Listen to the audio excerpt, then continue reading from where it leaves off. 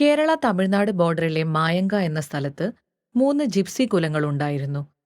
Romania ആളുകളുടെ ഉറാങ്കീസ്, Indian യൂറോപ്യൻകാരുടെ മലാൻഡാസ്, പിന്നെ clad എന്ന കട്ടമാത ബെന്നയുടെ ലാറ്റ്വിയാസും. ഇവരിൽ ഉറാങ്കികളായിരുന്നു അവർക്കിടയിലെ നിയമങ്ങൾ ഉണ്ടാക്കിയിരുന്നത്. കാരണം എല്ലാ വർഷവും ഒലാബീബി ദേവിയുടെ പൂജാ ദിവസം കൈകവചത്തിനു വേണ്ടിയുള്ള മത്സരം നടക്കും.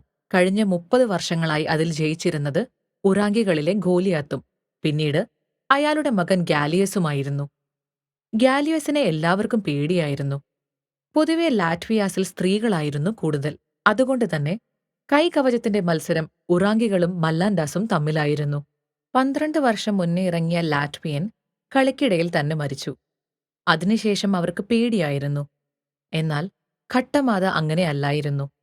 കുഞ്ഞിലെ തൊട്ടേ അവളുടെ ആഗ്രഹം കവചം കയ്യിലാക്കണം എന്നതായിരുന്നു. അവളുടെ അമ്മയ്ക്ക് പണ്ട് കട്ടമാതയുടെ ഈ അതിയായ ആഗ്രഹത്തിൽ പേടിയായിരുന്നു. ഒരുപക്ഷെ കുറച്ചുകൂടി വളരുമ്പോൾ അത് മാറുമെന്ന് അവർ കരുതി. അങ്ങനെയിരിക്കെ അവിടെ പുതിയ സർക്കിൾ ഇൻസ്പെക്ടർ വിശ്വസേന ദേശായി ചാർജ് എടുത്തു. ഗവൺമെന്റ് സ്ഥലത്താണ് ജിപ്സികൾ താമസിക്കുന്നതെന്നും ഒഴിഞ്ഞു പോകാനും പറഞ്ഞ് നിരന്തരം അവർക്കിടയിൽ പ്രശ്നങ്ങളായിരുന്നു. കോർപ്പറേറ്റുകൾ ഓഫർ ചെയ്ത ഭീമമായ തുകയിൽ ദേശായിയുടെ കണ്ണുകൾ മഞ്ഞളിച്ചു. ഒരു ദിവസം രാത്രിയിൽ ഒരു കൂട്ടം പോലീസുകാരായി കാടുകയറിയ ദേശായി എല്ലായിടത്തും തീവച്ചു. 12 വയസ്സായിരുന്നു അന്ന് ഖട്ടമാതയ്ക്ക്. എരിയുന്ന കുടിലിന്റെ പുറം വാതിൽ തുറന്ന് അവളുടെ അമ്മയും അച്ഛനും അവളെ പുറത്തേക്കെറിഞ്ഞു. അവളുടെ മാതാപിതാക്കൾക്ക് രക്ഷപ്പെടാൻ കഴിഞ്ഞില്ല.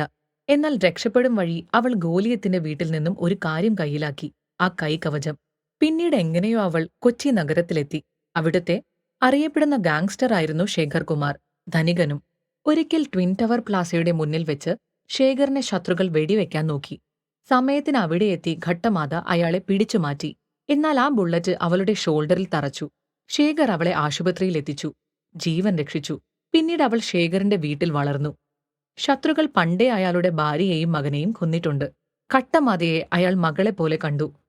പല ആയോധന വിദ്യകളും പഠിപ്പിച്ചു. ഗാങ് വാറിന് പോകുമ്പോഴെല്ലാം അവളെയും കൊണ്ടുപോയി തുടങ്ങി. ചിലപ്പോഴൊക്കെ അവൾ കൈകവചവും എടുക്കാറുണ്ട്. അങ്ങനെ ആൾക്കാർക്കിടയിൽ അവൾ ക്ലാഡായി. ഒരു ദിവസം ഗാലിയസിന്റെ മകൾ ക്ലാര അഥവാ ഭഗീര ക്ലാഡിനെ തേടി വന്നു. തന്റെ അച്ഛന്റെ കവചം തിരിച്ചു തരാൻ പറഞ്ഞു. അവർ തമ്മിൽ കുറെ നാൾ ശത്രുത തുടർന്നു. ഒടുവിൽ മായങ്കയിൽ വെച്ച് തന്നെ ഓലാബീബി ദിവസം കവചത്തിനായി മത്സരം വെക്കാൻ അവർ തീരുമാനിച്ചു. ഗാലിയസിന്റെ മകൾ ശക്തയായിരുന്നു. എന്നാലും ഒടുവിൽ ക്ലാഡ് തന്നെ ജയിച്ചു. ഇനി അവളുടെ അയേൺ ഹാൻഡിന് അവകാശികളില്ലെന്ന് അവൾക്ക് മനസ്സിലായി. പിന്നീട് ശേഖറിന്റെ പല ഡീലുകൾ വഴി FODN ആൾക്കാരുമായി ക്ലാഡിന് ബന്ധം വന്നു. അവർക്കായി പണിയെടുക്കാൻ തുടങ്ങി. ശേഖറിന്റെ ഭരണത്തിന് പിന്നിൽ FODN ആയിരുന്നെന്ന് അവൾ അറിയുന്നതുവരെ അവൾ അവർക്കായി ജോലി ചെയ്തിരുന്നു. അതിനുശേഷമാണ് അവളും റെസിസ്റ്റൻസിന്റെ ഭാഗമായത്.